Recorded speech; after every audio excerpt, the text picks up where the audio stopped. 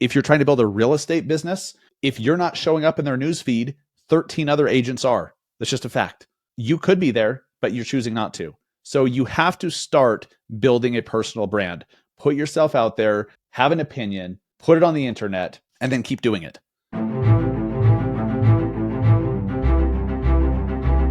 Welcome to the Grant Wise Show. This podcast helps ordinary real estate agents build extraordinary companies. Let's grow in 3, 2. Welcome back to the Grant Wise Show. I am your host, Grant Wise, and I'm excited today because I get to interview a very good old friend that I have been pumped to just watch him continue to grow in the real estate space for a long period of time. He's been crushing it consistently and constantly. My friend, Mr. Dustin Brohm. Dustin, thanks for being on the show today, man. Yeah, thank you. I'm honored, for real. I'm excited that you started this new podcast and this new phase of your career. And so I'm excited, man. Ready to go. Love it, love it, love it. Well, dude, give everybody your story. So I've followed you for a long time. I think that you've built something with podcasts and your coaching, your community, and just give everybody the backstory. How did you get to where you are today? Feel free to pull in some of the highs, some of the lows. Just give us the backstory. How did you get to where you are today with what you've been doing? Plenty of lows for sure. So I'll share some of those. I started as a real estate agent 13 years ago, didn't know anything about anything. And luckily I had someone in the office who became my mentor and I just followed his lead. First off, I didn't succeed in the first few years. Like, it took me a while to really get traction as an agent. I think it took me, I got to look this up, but I want to say it took me like 6, maybe 8 months to sell my first house. And that check was like $1,100. It wasn't, anything fancy. And the first 2 or 3 years were really rough. In hindsight, it's because I was following someone else's playbook. Now, what I mean by that is my mentor, he was doing pretty well. I thought he was rich at the time because he made 6 figures. To me, that was rich at that time. And he was well ahead of where I was. So I'm like, I'll do what you do. But he had a very different personality than me. He was definitely extroverted. He loved approaching strangers and chatting them up. He loved cold calling with the old Bluetooth headset in the ear and a script. He loved door knocking and all that crap. And I hated it because it was so uncomfortable for me. And I don't like that approach. And out of necessity, because I was damn near starving to death, I Googled how to get real estate leads. I came to Easy Agent Pro's blog, and they were just putting out all these ideas like, here's an idea for an open house. Here's an idea to promote this, that, and the other thing. Like, write some blog articles to attract business to you.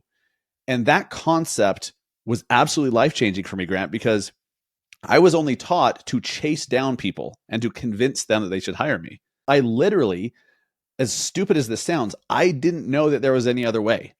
I didn't, because I thought that what my mentor was doing, what literally 100% of realtors did. I thought that's just how you did the business. That's how it worked. Those were my options until I learned it wasn't. And I learned about content marketing and attraction marketing. And that really excited me because I'm like, wait a minute, I don't have to feel slimy approaching people in the produce section to ask if they need to buy or sell a house, which my mentor was doing, to be honest. Right. And that opened my eyes to content creation. And I started with a blog and writing articles to get found through Google searches. And the theory was that people would hire me if the article was helpful and valuable. And 3 months later or so, after I launched the website and the blog, I got my first client from it. And it validated everything. And so from that point forward, I just went all in on learning how to create better content, how to promote it after you create it with social media and with ads. And that brought me to, learning, how to get business. And I finally got that under control and started to get my own business that I was controlling. Far after that, I was like, wait a minute, there's a lot of agents that still haven't figured this out yet. And so I had morphed into this marketer with a real estate license. I thought of myself as a marketer that sold homes. And I'm like, wait a minute, there's all these agents that are a step or two behind me that they just haven't figured this out yet, that are still stuck like I was. And so I started to speak to real estate agents. And at first it happened through Snapchat because Gary Vee told me to get on Snapchat in 2016. So I did. And I listened. And I got on Snapchat, wrote an article for Inman about why I was using Snapchat for real estate, which they published because Gary Vee told me to. Literally, that was his idea. And because of that article, and they published my old Snap code, the ghost QR code deal, they published that. And I had like 2,000 agents following me the next morning. And then the next day, another 2,000 agents. And I'm like, I Wow. guess I should speak to these agents.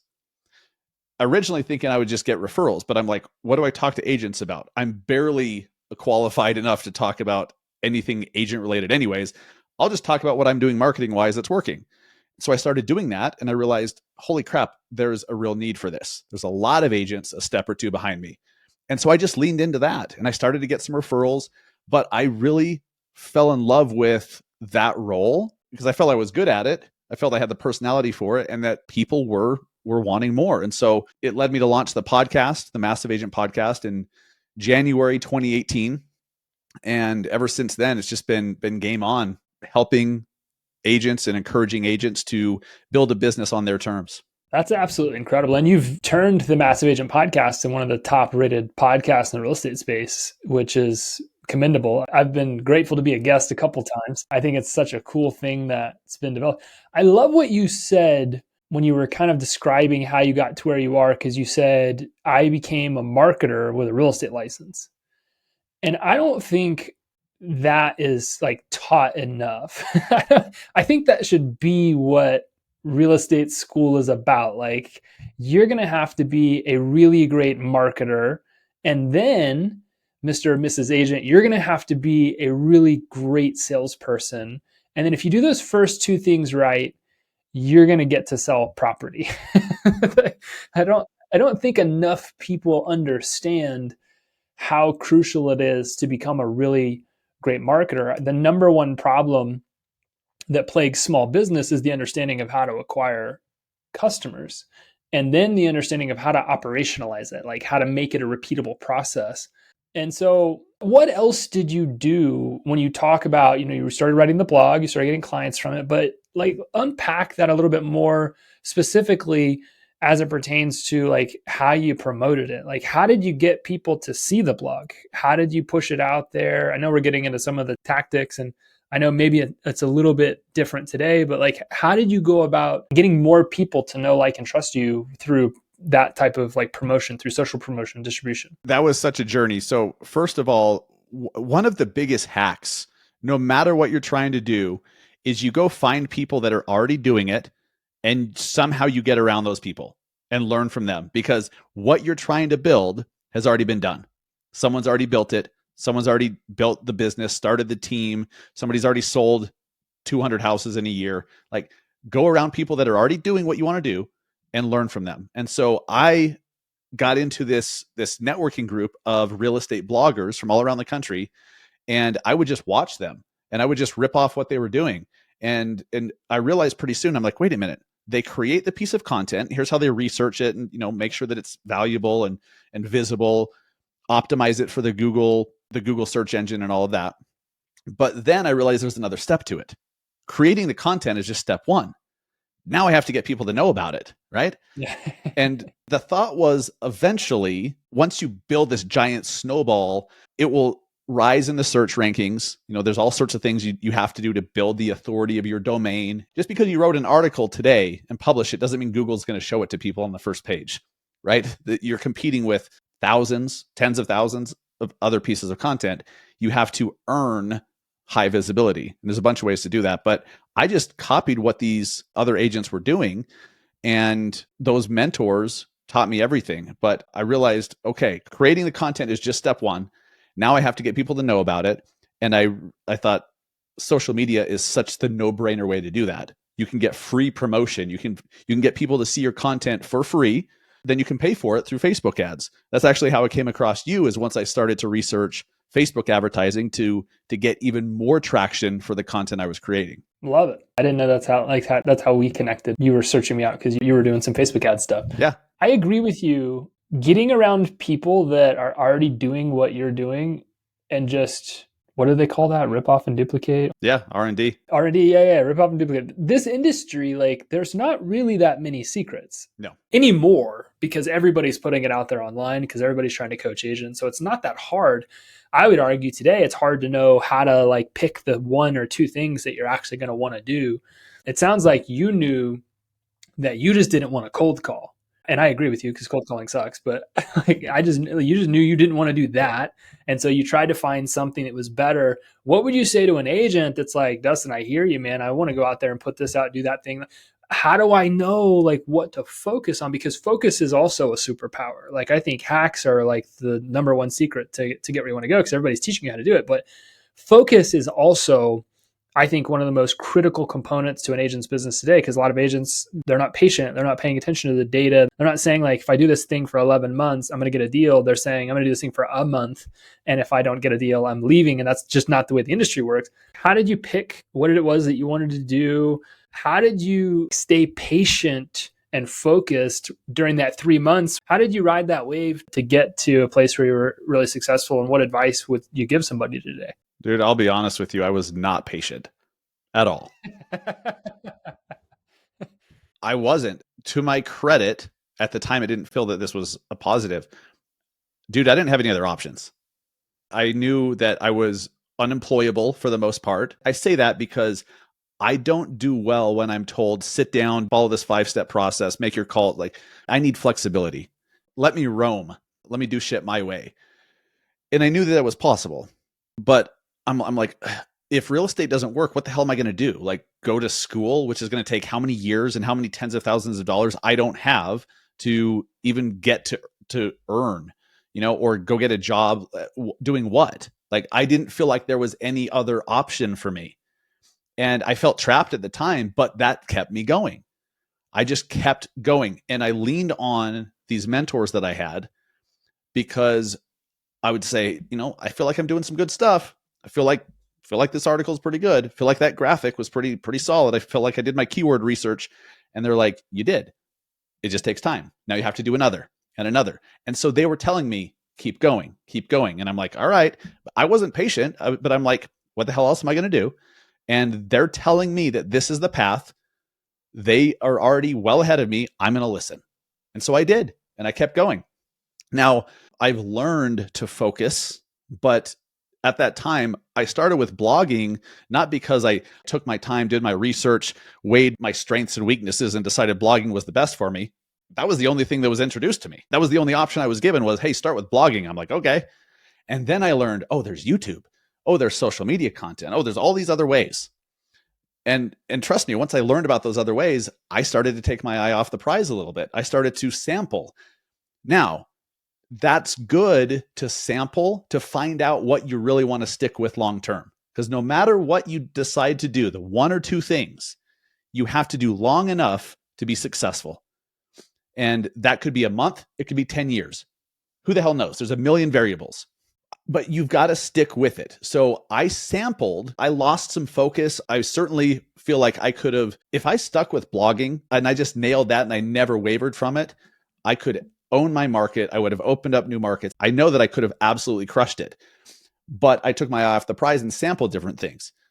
The upside to that is I found what my strengths and weaknesses are, and I found what I really enjoy, and then I can focus and lean in on those things by sampling. So focus is absolutely key, but just know you have to focus on something that you can stick with long enough to win, even if that's 10 years.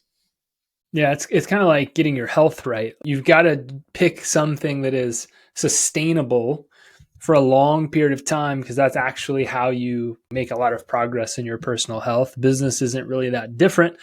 I don't think a lot of people pay attention to the data, because if they did, maybe they would, maybe they wouldn't. I would have to believe that as a real estate agent, you would stay much more focused. I did a case study on top performing teams business I was working with.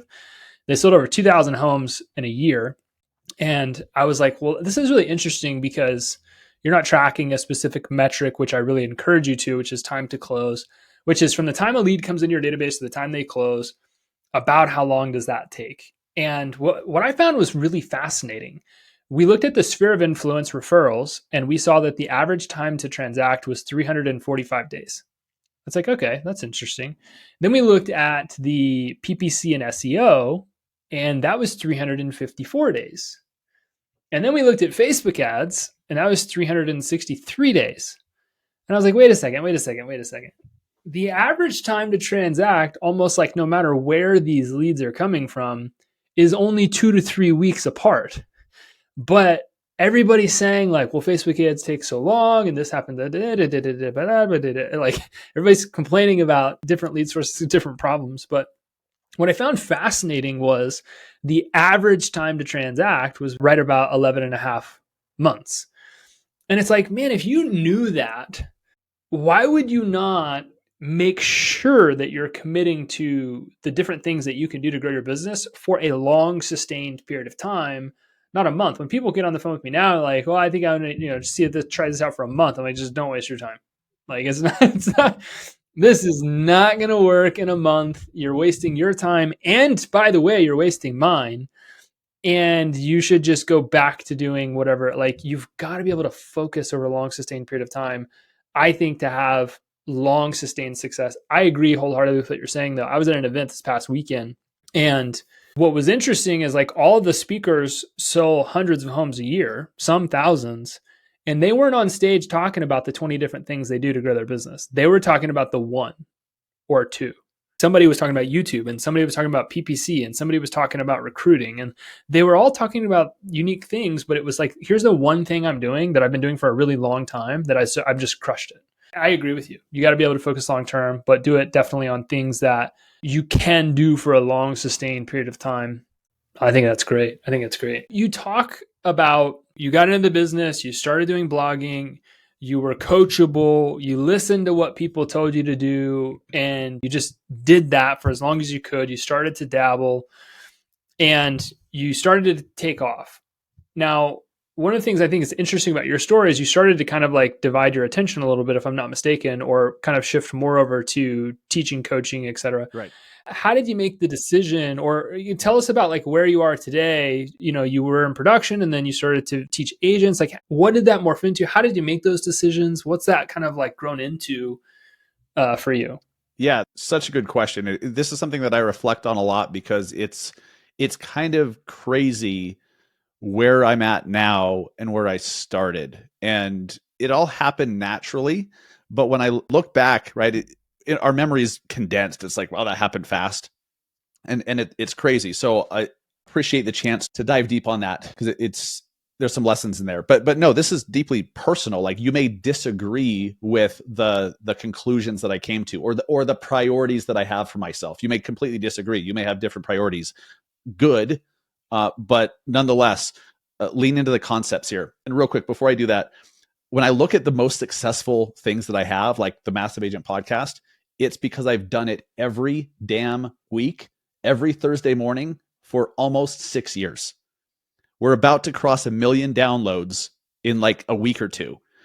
And it's because I just kept doing it. I didn't say I'm going to try this for 3 months. And there's ups, there's downs, there's ups, there's downs. Right now, I'm having a down month. It happens, but you just keep going. The most successful things I've ever done are the things that I just kept doing. Interesting. Maybe there's a lesson there.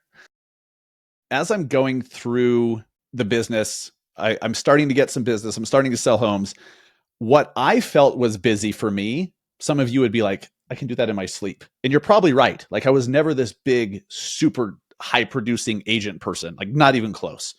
But for me, I got to a place of like, okay, this is good income. This is a lot of the time. Now, I was doing literally everything myself except for a transaction coordinator, which, by the way, if you don't have a transaction coordinator, smack yourself and then get a TC, because it's the easiest hire you could make that provides such amazing leverage in your business. Like, it's the no-brainer. Every single agent should have a TC. That aside, I start to get busy, and then I'd say like within the first 6 to 8 months of me being busy for myself, what I felt was busy, I found myself driving around, getting stuck in traffic every afternoon showing houses.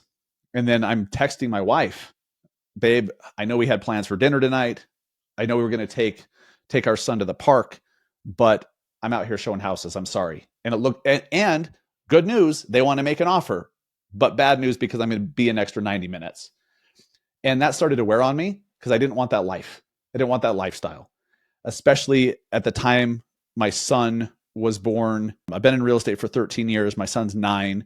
So right around the time my business was taken off, or shortly after my son was born, my business started taking off. And I was missing a lot of him growing up, and it pissed me off. And so I'm like, okay, I don't want to keep doing this forever. I can't and don't want to keep driving around and servicing all these clients and missing out on my son growing up. So what else can I do? Like, I need a business. And around that time, I started to see all these signs popping up around my market in Salt Lake around the mid 2010s with more than one person on them. These real estate signs with more than one person. I'm like, why the hell would there be more than one person on a sign? This is weird. And then they have the word team in there. And I'm like, what is this team thing? And all the signs are red and black and white. I'm like, what is this? So I start learning about teams. Grant, when I got into real estate, I thought that the ladder of success, like if I'm going to be rich, if I'm going to be wealthy and successful, I need to sell a shitload of houses, become a broker, and start my own brokerage. That's what I thought. Then I start seeing all these signs for teams. And I'm like, what is this concept? And I start to look into it. And I'm like, wait a minute. So all these teams, which apparently were mostly with Keller Williams at the time, that's like having your own brokerage, but within a brokerage. That's interesting. So I don't need to have a legal department. I don't need to have payroll. I don't need like all the liability. I could just run the team, but have all the financial upside of a brokerage. That's interesting. So I'm like, okay, maybe I need to start a team so I can build myself some freedom. So I'm not stuck driving around in rush hour traffic and texting my wife that I'm going to miss dinner. And I start looking into teams. I was full on going to go to Keller Williams. I was going to join a team. And then one of my good friends that I met through Snapchat, she's like, hey, I'm leaving Keller. I'm going to this other brokerage called EXP. You got to look at that. And I'm like, okay, isn't that the brokerage with the horrible logo? Which at the time was true. Worst logo in real estate. And do you remember the old one? It was bad. I didn't know anything about it, but I start looking at it and I was like, wait a minute. It's just a different business model. I could actually have a business that I could have the choice to step out of production if I want to, and they would compensate me and encourage me to pour into other agents. And I saw it more feasible here where I'm at now than anywhere else. And a new business model that I didn't even think I could have. And that's when I was like, you know what? This is the step out of production that I've been looking for. I've always wanted to have a business, and I thought it was just going to be a team that I owned, right? That I built it up and one day stepped out of production and just ran the business. But I saw a faster, more aligned, more compatible business model for what my priorities were at the time. So I'm like, I'm going to go do this thing. I'm going to pour into agents. I'm going to become a coach, a mentor, and a support system. And when they're successful, I'm going to be more financially successful. And I loved that. And I saw that I could do it faster than if I was to build a big team and all that. And I didn't want to manage people, if I'm being honest, because I'm connected with so many great team leaders that have the blueprint. I still have this itch to start a traditional sales team, but I just keep reminding myself, I don't want to manage people. I don't want to do that. It's not the lifestyle that I want. I've been putting lifestyle above everything else and trying to figure out how can I have the lifestyle that I seek? What do I need to do to get the lifestyle versus how can I squeeze some lifestyle out of what I've built? You know what I mean? There's a very big difference. Yeah. And so being intentional around choosing lifestyle was really, really life-changing for me. And it led me to make the decisions that I've made. It led me to get out of production personally and just pour everything that I have into supporting other agents and helping them sell all the houses. I want them to build the giant teams. I want them to sell 100 homes a year. That's what I love. And when I look back at the thin thread that connected all the different events, like if one little thing didn't happen, I don't know, I'd probably be a team leader or probably would have failed at that and quit the industry. Who the hell knows? I don't know. You say that like, I don't know, I probably would have been a team leader. Not that there's anything wrong with that, right? No. That's funny. I always like to say this. I am brokerage agnostic. Some people confuse me as somebody that is in the industry. I'm not. I don't sell houses. I'm not affiliated with any one brokerage. I think all of the models have their pros and they all have their cons. Correct. So I'm pro whatever you're pro. I don't really have a dog in the fight. So if you're listening to this, like, oh, this is just, no, it's not. I have no affiliation to EXP whatsoever. It's just my story, man. Sorry, I have to say that because some people are like, don't you, how's your EXP thing going? I'm like, I'm not with EXP. Why do you keep, why do people keep asking me that? I know. Some people are ridiculous. It's just part of the story, man. Like the business model matters. No. I think it's great. I think one of the things I love about the story is that it seems like you've constantly put yourself first. Yeah. Yeah, I think that's fair. Dude, I think I just really got good at seeing what was possible, like what other people were doing. And if someone else is doing it, I can do it too. I just have to figure out how they did it. And so when I see other people living certain lifestyles, I'm like, okay, I can do that too. I just have to figure out how to make it work. I guess in hindsight, that's been one of my superpowers. I think it's incredible because a lot of people don't do that. Right. A lot of people don't prioritize the lifestyle that they want to live. A lot of people, what is it? The saying is like, I don't live to work, I work to live, or something like that. Like a lot of people prioritize work over living. And I think entrepreneurship is really funny because people are like, I want to become an entrepreneur so I can be free. And then most entrepreneurs end up working 80 to 100 hours a week. And then they are the opposite of free people. Totally. But that's not your path. You've consistently put yourself first. And so you ask questions about how can I build something that supports my lifestyle, which I think is wonderful. My wife would absolutely love hearing your thought process because she's like, be like Dustin, Grant, be like Dustin. But this is what you do. Like you do ice baths and you go play golf. I see you golfing all the time and you're in the gym all the time. Like you do seem like you have a lifestyle that you absolutely choose. You've got freedom. And that's the point of becoming an entrepreneur. It's the point of building a business is to create freedom for yourself. So I commend you. I think it's extraordinary. Thank you. Because most people don't do that. They just fall into this trap because they see everybody out there hustling or what is perceived as hustling because of somebody's picture on Instagram and their motivational quote. They're seeing what they perceive as hustle and grind. So that's what they think they've got to do. I think it's a brilliant way to go about building a business is because your life is meant to be lived. Like you don't want to work through it all. I mean, everybody's got their own race. Everybody's doing their own thing. I freaking love work. So I work a lot and I love it. Like I get a lot from it and I enjoy it. I certainly could take more time off. My wife would appreciate it. I know that for a fact. But I love that about your story. Like I think you've consistently prioritized yourself and it's allowed you to build this extraordinary company that fuels your lifestyle. And it's refreshing because that's not what you hear all the time. Yeah, I think it's great. You're deep in thought now. I'm looking at you on the screen. No, sorry, your audio cut out for a minute. I'm like, I hope he's not like waiting for me to answer. Oh, my bad. Yeah, it's all good. But let me say this though. Let me add this to the conversation. I've absolutely left money on the table because of how I've done things. And I still, like all the people that are crushing it, I see them too. You don't think that I see that and I'm like, God damn it. Like I should probably push harder. So I go through seasons. I go through seasons where I'll push really hard. And then like I get to this new level where I get a little bit comfortable and I take my foot off the gas a little bit. And I don't like doing that. Now it's great. There's a lot of pros to that because I'm spending time with my wife and my family. But at the same time, I know that my business and my brand and my income and all of that could be so much bigger. It's a battle for me. I fight that. I am ultimately glad that I put myself and lifestyle first. However, I know that I'm much smaller than I could be. My business and brand and income is much smaller than it could be. And when I made that transition from personally selling houses to not, I took a big pay cut. There was a temporary pay cut that I took that was not fun. It was not nice. It got a little dicey. It got a little dicey, Grant. So, it's not all sunshine and rainbows. You just don't get that time back with your kids when they're growing up. You don't.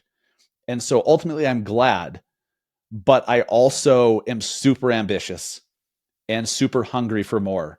And so it is a constant battle that I fight. I think it's a constant battle everybody fights, but I think that it's so commendable because you hear all of these stories, people get like closer to the end of their life and they're like, I wish I wouldn't have been so self-absorbed. I wish I wouldn't have spent so much time working. I wish I wouldn't have done these things. And so I think a lot of people talk it, but I think it's very commendable that you absolutely walk it. Like being able to see that you could be so much bigger and then consciously making the decision not to because you prioritize lifestyle, you prioritize family, you prioritize your freedom. I think that is the essence of freedom. Like that is the essence of entrepreneurship, which is absolutely extraordinary. And I know it doesn't come without a cost. I know it doesn't come without like wanting and waiting and like, I could be, but man, I couldn't possibly give you enough credit because not everybody chooses it. A lot of people choose the money, they choose the work, they choose the thing over the freedom, and they choose that over the family. And I think it's so commendable. I think I agree with you. It probably is a superpower because not everybody's that strong, not everybody's that disciplined. It's so easy to say, "No, I'm going to do the business thing." Right. It's not easy to say, "I'm going to do the family thing." 100%. For real. Thank you for saying that, because I, just being transparent, I feel like, I don't know, I battle with thinking it's a weakness. Yeah, no, dude, that's a strength for sure. Other people are more diligent with their work, and maybe both are true. Maybe I could do a hell of a lot more, and should be. I don't know. But day at a time. But thank you for your perspective on that. That actually, I really appreciate that. Yeah, no, absolutely, man. I think you're a stronger human than most because most won't do that. It's so easy to dive into the money and the business and this thought that we can be busy. And this whole podcast is about helping people go from ordinary to extraordinary. And I think that the essence of your message is that like you've built something that has given you freedom, and that is in fact extraordinary because the most of this industry is wrestling against hustle and burnout and stress and anxiety and broken relationships and XY, like, so to see what you've built, I think anybody listening to this podcast, like they need to go give you a follow, like they need to go give you a like, a comment, a share, a boost, because if you can package up and teach people what you're experiencing, even though you feel like maybe you could be bigger, like I think it's so commendable. So I appreciate that. I appreciate you too, man. I appreciate all the contributions that you're making to the industry, to the people that follow you. And I know that I've learned a lot from you, and I really appreciate you taking the time to be here on the show. So Thank you. Thank you. Yeah, brother. Let's send people off with one final thought. Like if somebody's listening to this, they're like, I love what Dustin's doing. I love the freedom he's created for himself. I want to go from ordinary to extraordinary. Like, what is one thing that you would tell somebody to go do right now that tactically speaking, just, hey, boom, go do boom, boom, boom. Like go do 1, 2, 3. And you're going to start to put yourself in a position to really create something special for yourself. What would you tell that agent that was listening to you right now? I'll tell them something super tactical and then something that is just foundational. So tactical, no matter what you want to do, you need to have a personal brand. You need to be known. You need people to know you. You need visibility. You need exposure. So start speaking to the internet, because that's where people are. That's where people are consuming others. If you're trying to build a real estate business, if you're not showing up in their news feed, 13 other agents are. That's just a fact. You could be there, but you're choosing not to. So you have to start building a personal brand.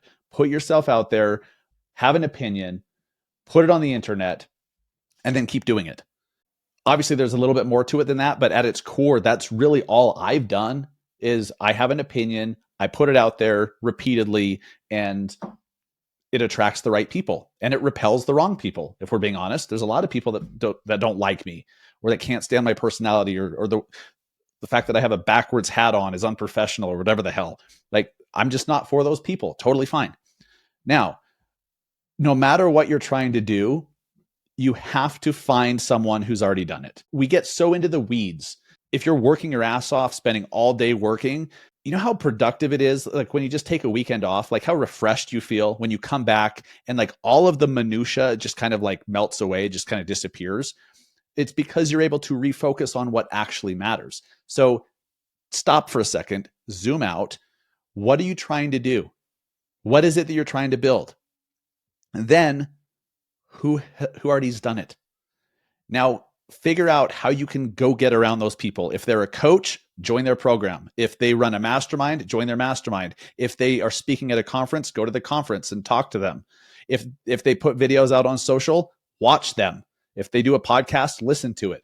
Like, there's so many great people out there that have built great things that are just sharing how they've done it, and you can consume it for free. Sometimes it's not free. Sometimes you have to join their team, join their program. Like sometimes it costs money to hire them, but find the people that have already done it. Because if you don't do that, you're just beating your head against the wall, trying to reinvent the damn wheel that was already invented. We are not scientists. We are not trying to invent new blockbuster drugs here or invent products. We are trying to sell more houses and build businesses that sell houses. It's been done by many, many, many, many people. So go get connected with the people that are doing the thing and just do what they've done. They're going to help you speed up that learning curve so much, so much. That is the hack. No matter, even if it's not a real estate thing, you want to go start a restaurant, go learn from someone who's started some successful restaurants. It's so simple, yet we overlook it because we get stuck in the day-to-day details, all the minutia. So zoom out. Man, I love the advice. Mic drop. I always tell people business is easy, people are hard. Well said. That's what it is. Business is easy, people are hard. Don't overcomplicate it. Follow like literally the script that Dustin just gave you, and I know that you will be successful. He is an example of that. Dustin, dude, thanks so much for stopping by the show today. I appreciate you, grateful for you. And again, appreciate all the contributions you make to the industry. What you're doing is amazing. Thank you, man. I'm so honored to be on the show. Thank you so much. Love it. Love it. All right. Thanks for listening to this episode of The Grant Wise Show. We'll see you on the next one. Peace. Thanks for listening to this episode of The Grant Wise Show. Please don't forget to subscribe to this channel, leave us a review, and we'll see you on the next episode. Thanks.